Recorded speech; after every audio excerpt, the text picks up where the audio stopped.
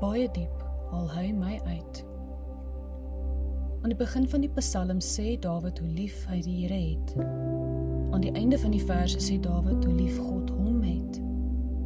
Dit is by die Here waar hy krag kry en veilig voel. Wanneer hy bedreig word, wend hy hom tot die Here. God is die een wat tot sy hulp kom. Hy roep en roep en roep en roep om hulp na sy God. Dit gebeur onder omstrede omstandighede wat hy met ryk beelde beskryf. Ons kan die bande van die dood sien as lang, dik toue wat vanaf Sheol, die doderyk, onder die see uitskiet en om Dawid se middel, arms en bene sirkel en vastrek. Dit maak knope wat hy nie kan losmaak nie en begin hom trek, sleep, aftrek. God reageer. Hy hoor. Hy luister. Dawid skets hierdie beeld van God waar hy hom te hulp snel. Die aarde skud. God is kwaad. In sy woede buig hy die hemel oop.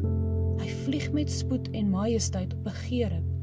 Gerubs is magtige hemelwesens wat God se heerlikheid, heiligheid en magtigheid uitbeeld. God laat sy stem hoor in haal en weerlig. Die rook, verterende vuur en gloeiende kole wys op God se oordeel.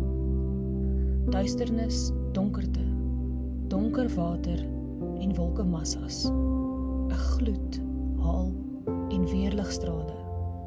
Dawid beskryf 'n verwoestende, onkeerbare storm. Die aanval word gerig op Dawid se vyande.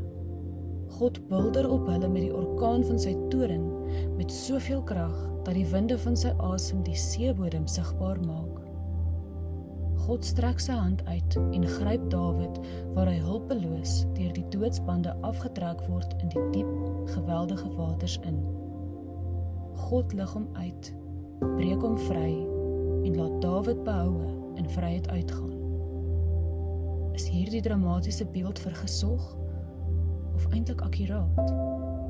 Hoeveel keer het die Here nie vir u bewaar van gewisse skade nie?